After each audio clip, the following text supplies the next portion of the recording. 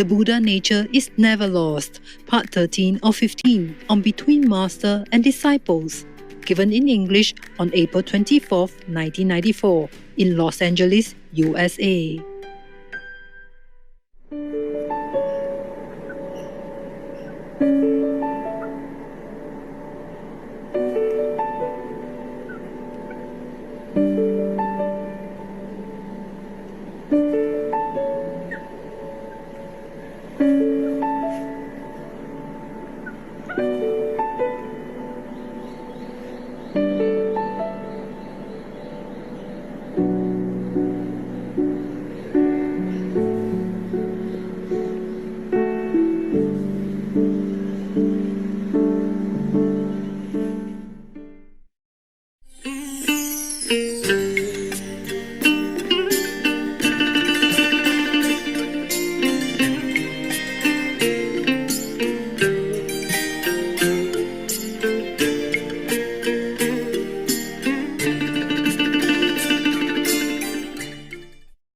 "72 countries agree, more or less, to send all the Vietnamese back home, okay? So if I find any country, it must be outside of this 72 country pact, because they cannot violate the agreement that they have signed together.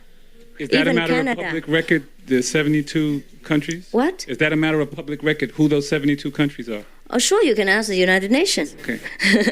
So I have to find outside of that. And you know the world has only 100-something countries, okay? Some of them are so underdeveloped, no electricity, no water, no roads. And then some are communist, which they don't want to come in. And some are in war. That, of course, you cannot bring them there. And some are under dictatorship, even not communist. They don't say communist, but dictatorship. And they also don't want to come in. You know what I mean? So it's very difficult for me. Canada is the most compassionate country. And mostly they sometimes even want to take in the Vietnamese refugees, but they dare not violate against the agreement because they work together.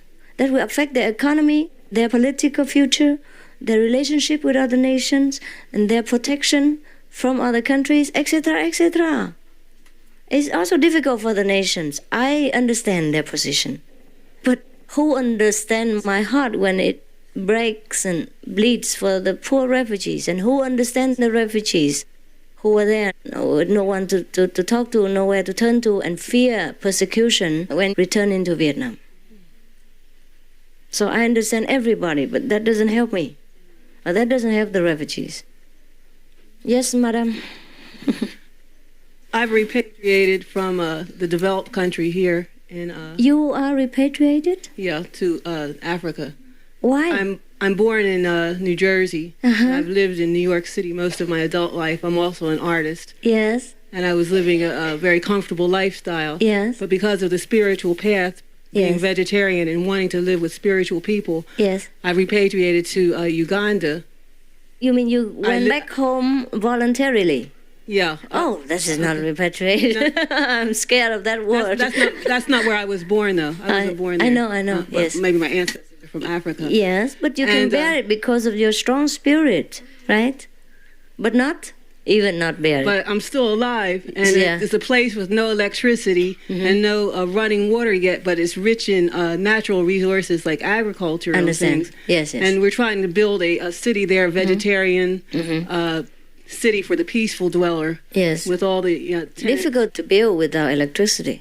Yeah, but we have Yes. to get it. We have to start someplace. Just like I lived in New York, Yes. and it didn't always have electricity. So you started place now? here. You started Yeah. now? It's Good for you. It's since 1975. Oh, 20 years. Nearly 20 years now. Ah. And there's a basic infrastructure there. Yes. In regards to the Vietnamese refugees, I don't know whether most of them are your disciples or not. No. If they are my disciple, easy. They go live anywhere. No electric, no water, no problem. I take care of them. But if I bring ordinary people to this place, they will blame me for the rest of their lives.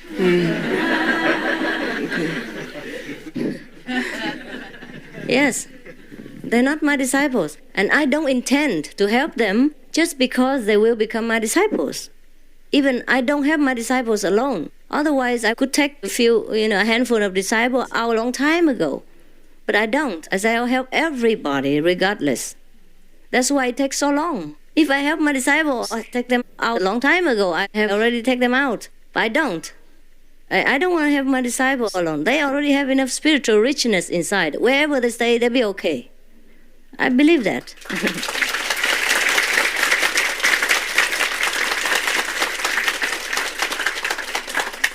So even one time, sometimes we contact the lawyer outside. They work for the refugees.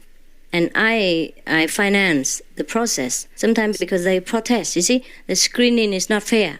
They are political refugees, but they don't screen them as such. And also they have relatives in other places, and they want to reunite, but they screen them out. That means they're not refugees. They're going to return to Vietnam. And the lawyer sometimes contacts me and asks me for financial help. If I sponsor that, they will, fight in the courts for them. I sponsor them. And he say, okay, later, if we succeed, we can pick another case and argue in the court for them.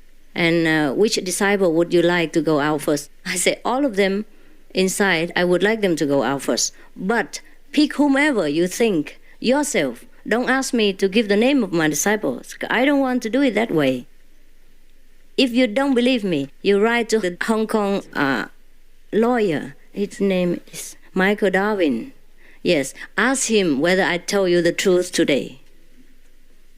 You write to him. He's very famous in Hong Kong. If you want the address, our disciples can give you a Michael address. And ask him whether what I told you is the truth, whether I really sign for my disciples and want to help them alone. Never. Because I know my disciples have enough. They have inside. That's more important than outside. Only because of other refugees, they don't have the inside. And they ask for the outside help. I have to help from outside. If they're all my disciples, I send them back to Vietnam right away. I say, go back there. No problem. Everywhere you go, you are protected.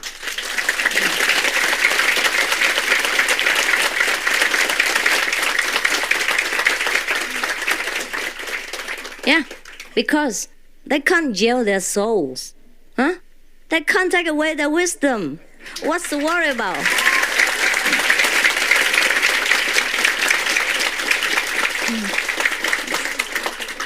They can't forbid our contact because we're inside. We connected inside.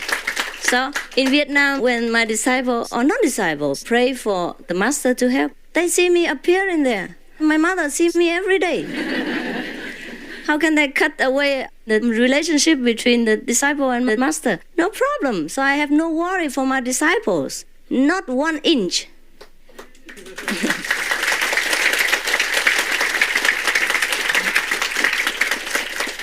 Yeah. Besides, the disciples are very strong in their faith. You see, I tell you one story like this. Very, sometimes a little bit stubborn, but they're too strong in their faith. In the camp, there are some Vietnamese disciples. Yeah, sure, there are some in there. And sometimes the other people look at them as my disciples, because they're very quiet and behaving themselves well. So they have a very good reputation in the camp. So the camp people let them be much freer. They can cook for themselves because they eat vegan food, and they can meditate, they can do retreat, anything they want in the camp. So some of the people say, oh, well, you are the master disciple, and people trust you. Why don't you go up to the UN and tell them that you are the disciples, and then if you go back home, you will be harassed and make trouble because religion is not free in Vietnam. And if you say so, maybe we can help you also, because some people also have power. And the disciples just sit there and say, no, whatever will come to me, it will come. I just want to show you how secure they feel inside. When everybody wants to fight and talk, just to go outside, just to be free, to be in a third country, they just don't care. And they know that when they come to Vietnam, they become harassed also. But they say, whatever happens will happen. Like that. So I have no worry about them, really. What I worry about the other people who have no inner faith, who have no security inside, nowhere to turn to. Because even if they belong to Buddhism or they belong to Christianity, they still don't feel secure enough. So they worry and they die and they commit suicide and things like that. These are the people I'm worried about. I want to save their lives, not my disciples. If even my disciple die, I don't worry, because they will go to heaven.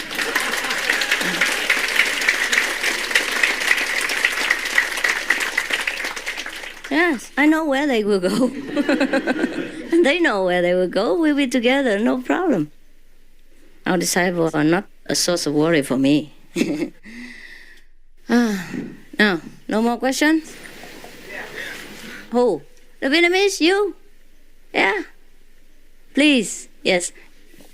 Wait. Quickly. Pass. Pass it, it's quicker. Master, I want to ask one question. Please. Not as your disciple, but as a religious study major student. What? You are what? Religious study major student. You mean, are they a religious study student? No, I specialize religion in college. Oh, you are? So a lot of professors who study in Sang tradition for a long time have a lot of curious about the Master Ching Ai. And one of my very close professor told me that you was initiated by Master Turker Singh. And I wonder whether it's true or not. Or some other our disciples said Master was initiated by Gudaji. Gudaji, yes. Uh-huh. But I also went to India and know many masters. That is true. I know him also. Okay, maybe that's why, because he said, his friends saw you. I know many other masters. Okay. Yes, and I can be all of their disciples. Many people taught me many things. Different people teach me different things. So your lineage is Gudaji instead of Turkish. It's the same, really. I know, because yeah. Master Takachi also teaches the same Guanyin method. And Kirpan Singh Ji, and Charan Singh Ji, and other Ji also. Thank you. Many Jis, yeah. Yes, I have been there. I know. Yeah, thank you very much. You're very welcome. And if you wish to understand, then you can study with them and learn to know their... Yeah, I want to specialize that tradition as my major. Yes.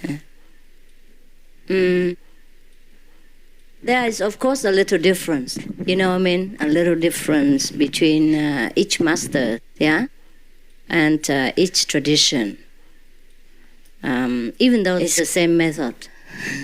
If you want to see the difference, you're welcome or allowed to go and find out. Okay?